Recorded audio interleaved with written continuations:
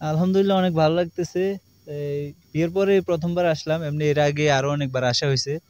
তো বন্যার আগের দৃশ্যটা একরকম ছিল আর বর্তমান দৃশ্যটা অন্যরকম। বন্যার আগে আরো অনেকবার আসছি। বাট এখন দেখে মনে হচ্ছে যে অনেক কিছু চেঞ্জ হয়ে গেছে। আসলে এটা খুব দুঃখজনক বিষয়। তো প্রাকৃতিক একটা জিনিস, কিছু করার নাই। তারপরেও বর্তমান আছে মোটামুটি ভালো লাগতেছে। আর আমাদের এখানে যে যে সৌন্দর্য, নোয়াখালীর মুসাফুর, এটা আমার মনে হয় না যে কক্সবাজারে মানুষ যাইয়া এত সৌন্দর্য উপভোগ করতে পারবে। এখানে যদি এই কাজগুলো, যে কাজগুলো বাকি আছে, নতুন করে যদি আবার যদি সাজাই নেয়, তাইলে মানুষ আর চিটাগাং, পতেঙ্গা, কক্সবাজার যাওয়া লাগবে না। আমি মনে করি সরকার যদি একটু সুদয় দৃষ্টি আকর্ষণ করে, তাহলে আমরা কক্সবাজার বা অন্য যে সব ওইখানে আর যাওয়া লাগবে না পর্যটন আমাদের। আছে ওইটাকে আমরা ফেল করতে পারবো। আর এখান থেকে সরকার অনেক অর্থ অর্থ উপার্জন করতে উপার্জন পারে। করতে পারবে। জীবিকা জনসাধারণ জীবিকা নির্বাহের জন্য একটা উত্তম একটা স্থান। মুসাফিরে আসার এখন কোনো রাস্তাই নেই, কিন্তু এখন রাস্তা নাই আমাদের এখানে। মুসাফিরের রাস্তাটা মানে করা হোক, আমরা এটাও চাই। আমাদের পাশাপাশি সুইচ গেটের পাশে আমাদের মুসাফিরের রাস্তাটাই করা হোক, কিন্তু মানুষের অনেক কষ্ট হইতেছে, আমাদের নিজেরও কষ্ট হয়েছে, যারা আমাদের পর্যটক স্পটে আমার বাইরে আসতেছে, বন্ধুরা আসতেছে, সবারও কিন্তু অনেক কষ্ট হইতেছে। একটা মানে মোটরসাইকেল আসার মতো একটা মানে রাস্তা নাই আমাদের মুসাফিরে আসার। মুসাফির একটা সিবি ছিল এখানে। এই সুইচটা ইন্ডিয়ার ফানিতে আসি, এটা ধ্বংস হয়ে গেছে, বিলীন হয়ে গেছে। এখানে হাজার হাজার জমিন ছিল, সাদাবাদ ছিল, এটা সব চলে গেছে ফানিয়ে। এখন এই জিনিসটা যদি এই মুসাফিরের মানুষ সামনে কিছু দেখতে না, খেতে খাওয়া মানুষ অসহায় হয়ে গেছে, কে রাস্তার ধারে আছে, কুয়া ফুটপাতে আছে এই ব্রিজ ভাঙ্গার কারণে। এখন এই দ্রুতভাবে যদি এই ব্রিজটা যদি না বাঁধে, এই সুইচ গেটটা যদি না বাঁধে, তাহলে হাজার হাজার মানুষ চলে যেতে হবে, না খাই থাকতে হবে, ফুটপাতে চলতে হবে, টাউনে চলে যেতে হবে।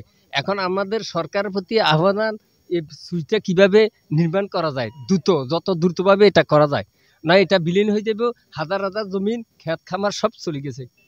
এখন এটা আমরা চাইয়ে সরকার তুন আমাদের দ্রুতভাবে এই জিনিসটা যেন হয়। যে আমাদের মুসাফিরের সুইচ গেট যখন ভাঙছে, ভাঙার পরে এখানে আমাদের এই বাগান ছিল, একটা জাউ বাগান। ফার্স্টের আয়তন ছিল 440 ফুট, লম্বাতে আছিল ধরেন না আমার যে 1 কিলোমিটার। এখানে আমি একা কথা নয়, কিন্তু হাজার হাজার লক্ষ লক্ষ মানুষ আছে আমাদের এই মুসাফির সিরিজে, কিন্তু সবাই দেখছে। তো আমি একা বলছি যে তা নয়, কিন্তু ফার্স্টে ছিল আয়তন তার 440 ফুট জায়গা। কিন্তু এখানে সুইচ গেট ভাঙার পরে 1 মাস ছিল এখানে। 1 মাস পরে যে একটা পূর্ণিমাসির কাঁড়াল আসছিল, পূর্ণিমাসির কাঁড়ালে মাত্র 7 দিনে আমাদের এই মুসাফিরের এই জাউ বাগান, যেটা মানে যেটা মুসাফিরের সৌন্দর্য জিনিস, যেটা সিবিজের যেটা সৌন্দর্য জিনিস, যেটা মাত্র 7 দিনে এই পুরা বাগানটাই চলে গেছে। বাগান গেছে। তারপরে যে আমাদের এই বন বিভাগের একটা ফরেস্টের বিল্ডিং ছিল তিনটা, তিনটার ভিতরে একটা ছিল মানে একটা উন্নত মান, আর দুইটা ছিল নর্মাল, কিন্তু ওইটাও চলে গেছে। একটা ফরেস্টে এখানে একটা পুকুর ছিল, তাও চলে গেছে। কিন্তু এটা অনেকে বিশ্বাস করতেছে না যে আসলে যে মুসাফির যে এটাতে ভেঙছে। কিন্তু বাংলার দৃশ্য আগে যারা আসছিল, যারা দেখছে, তারা এখন মানে দেখেছে, বলে যে হাই ভাই, মুসাফির তো কিছু নাই। কিন্তু আসলে এটা বলার মানে প্রয়োজন, যারা দেখছে এখন দেখেছে মুসাফির আর এখন দেখার মতো কিছু নেই। এই যে আমরা এখন এখানে যে অনেক দোকানপাট আছে এখানে দেখতেছি, এই দোকানপাট গুলো সব ছিল কি আমাদের জাউ বাগানের ভিতরে। অন্তত 60 থেকে 70টা দোকান ছিল, সব দোকান চলে গেছে, কিন্তু জাউ বাগান আর নাই মুসাফিরে। মানে দেখার মতো দৃশ্যটা এখন আর নাই। এর সামান্য কয়েকটা গাছপালা আছে, দেখেন এই যে আমার পিছনে কয়েকটা গাছপালা আছে, এই গাছপালা এগুলো তার মানুষ বসতে পারবো না, হাঁটতেও পারবো না, কিন্তু এগুলো মুসাফিরের মেন দৃশ্যটা এখানে আমাদের মাঝে নাই, হারিয়ে গেছে।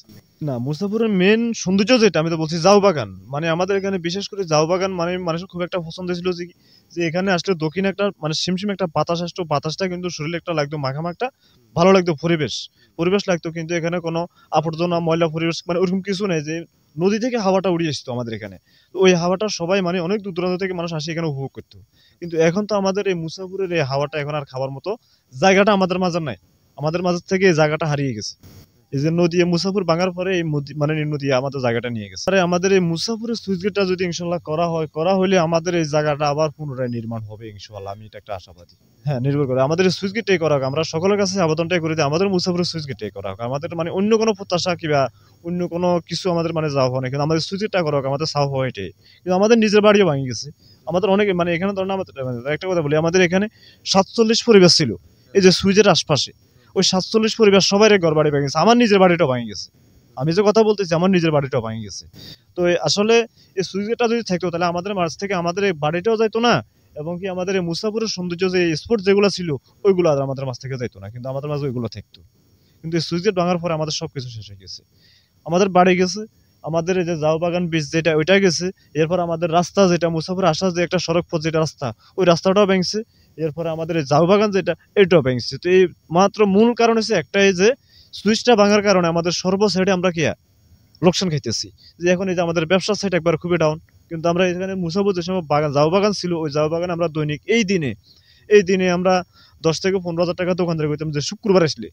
আর এখন আমাদের এই শুক্রবারের দোকানদারি 2,000 টাকার, 1800 টাকার, 1500 টাকার। তাহলে কি আমাদের অনেকটা পরিবর্তন হয়ে গেছে না?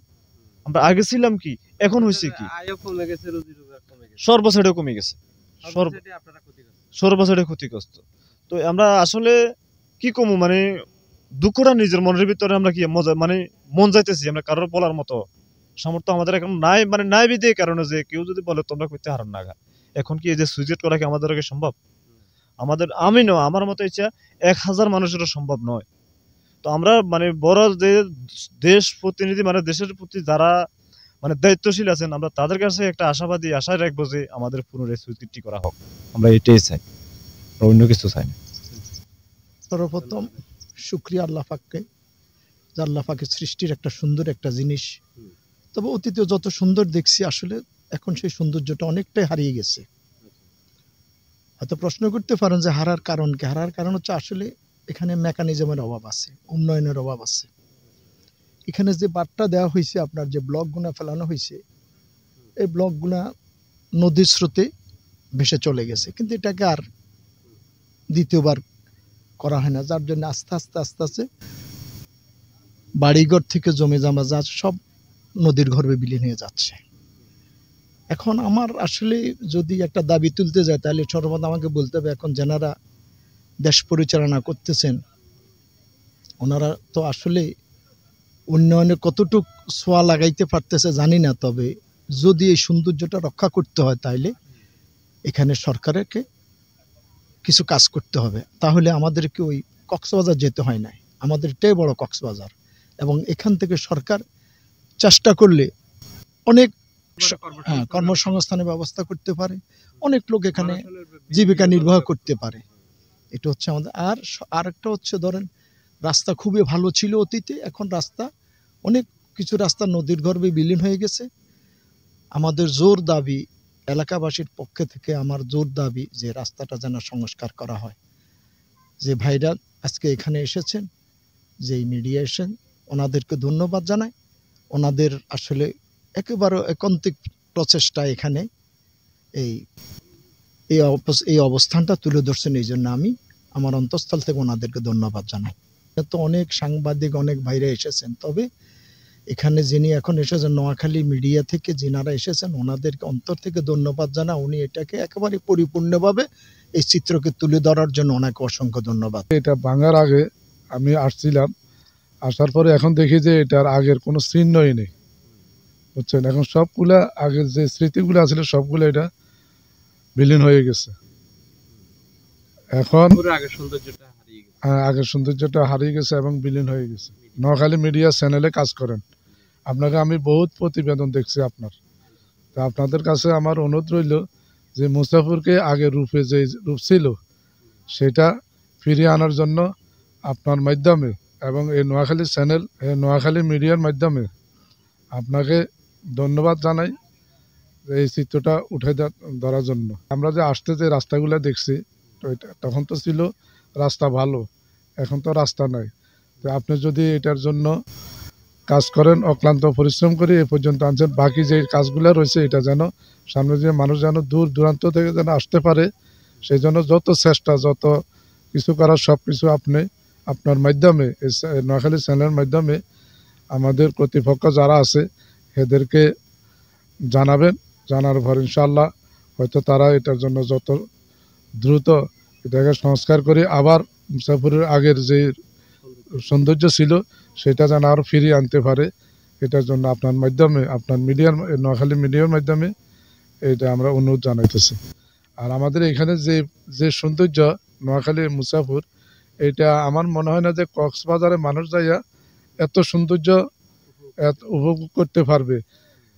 এখানে যদি এই কাজগুলো, যে কাজগুলো বাকি আছে নতুন করে যদি আবার যদি সাজাই নেয়, তাইলে মানুষ আর চিটাগাং, পতেঙ্গা, কক্সবাজার যাওয়া লাগবে না। এটা আমাদের এখানে আসি, নোয়াখালী, কুমিল্লা, সিলেট, চট্টগ্রাম, অন্যান্য ডিস্ট্রিক্টের লোক এখানে আসি, অনেক সৌন্দর্য উপভোগ করতে পারবে। আমি দেখছি তো এখনো সিটান লোক আসছে চট্টগ্রাম থেকে লোক যারা? চট্টগ্রামে। আমি গতবার আসছি আর তখন চট্টগ্রাম থেকে ইয়ার বাস রিজার্ভ করি, অনেক পর্যটক আসছিল এখানে। আমার বাড়ি হলো মাইজদি, পশ্চিম মাইজদি হাসপাতালের পশ্চিমে। আমরা এখান থেকে অনেক লোক আসি, প্রতি সপ্তাহে আমাদের এখানে লোক আসে। আমি মনে করি সরকার যদি একটু সুদৃষ্টি আকর্ষণ করে তাহলে আমরা কক্সবাজার বা অন্য যে সব ওইখানে আর যাওয়া লাগবে না। পর্যটন আছে ওইটাকে আমরা ফেল করতে পারবো। আর এখান থেকে সরকার অনেক অর্থ উপার্জন করতে পারে, জীবিকা জনসাধারণ জীবিকা নির্বাহের জন্য একটা উত্তম একটা স্থান। আর এখানে এই এলাকাটা নোয়াখালী অনেক মিডিয়ার শান্তি। মাধ্যমে বর্তমান যারা কর্ণধার আছেন ওনাদের কাছে আমাদের উদাত্ত আহ্বান থাকবে যেন এটাকে একটা এক নম্বরে একটা পর্যটন নগর হিসাবে ঘোষণা করেন। এটা হচ্ছে আমাদের একটা দাবি, আর কোনো দাবি না। আপনাকে ধন্যবাদ, নোয়াখালী মিডিয়াকে অসংখ্য ধন্যবাদ। আসসালামু আসসালামু আলাইকুম আলাইকুম। ওয়া রাহমাতুল্লাহি ওয়া বারাকাতুহু।